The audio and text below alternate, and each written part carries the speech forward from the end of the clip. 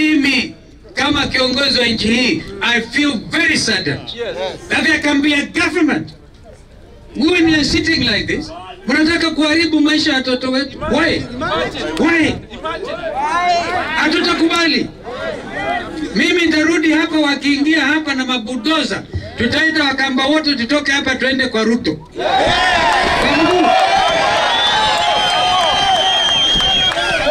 Hata kama hata tuona kutoka the river kwenda pale headquarters ya Destar, nilitembea hiyo safari 34 kilometers.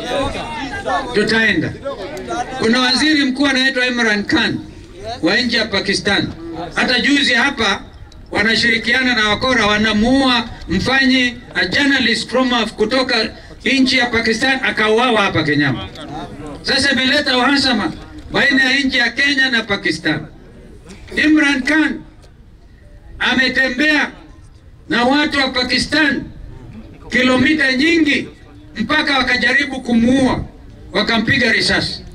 Sasa yeye hajakufa. Yaani kama watu hawaheshimu sheria, lazima wananchi wafanye peaceful demonstration.